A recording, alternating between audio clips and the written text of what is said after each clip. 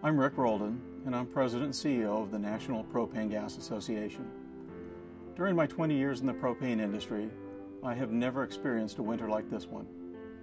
I'd like to use the next few minutes to talk about the events leading up to the crisis our industry faced this winter and what we're doing to help our members. First, how did we get here? Well, it was nothing less than a perfect storm. The propane industry began this winter heating season with low inventories, resulting from an unusually wet harvest season that forced farmers to use more propane than anticipated for crop drying.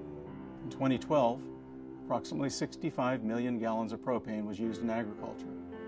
In 2013, that number more than quadrupled to over 300 million gallons. As you know, our entire nation has been gripped with a cold and harsh winter.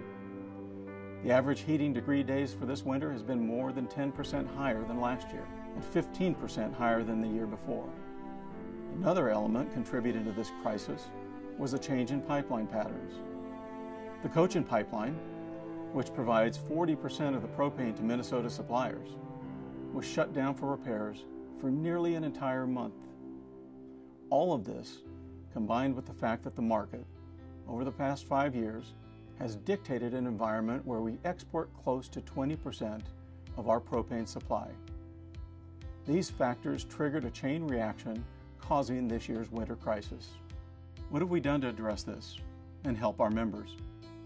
We began briefing every member of Congress and staff as soon as this crisis began. We also began immediately working with federal and state agencies to provide rapid relief for propane marketers in the form of regional hours of service waivers, weight restriction waivers, and increased rail and pipeline capacity. As a result, the Department of Transportation took an unprecedented action and issued 4 regional hours of service waivers spanning 39 states, increasing flexibility for our members to transport and deliver propane.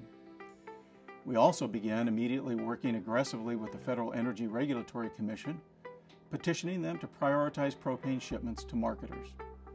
This action is bringing more than 500,000 additional barrels to marketers.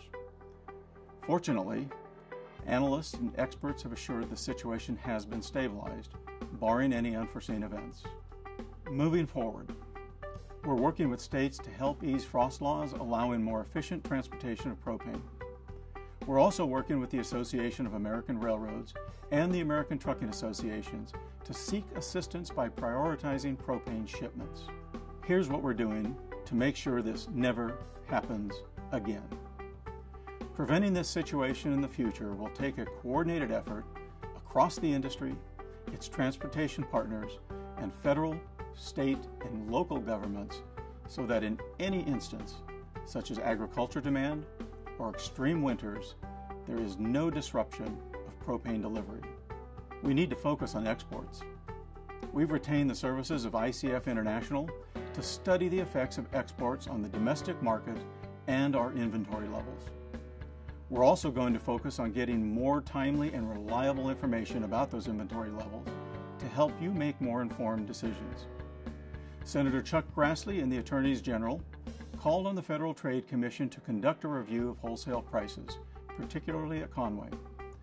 We support this fully, and we will work with the Senator and the FTC to ensure our markets are operating lawfully.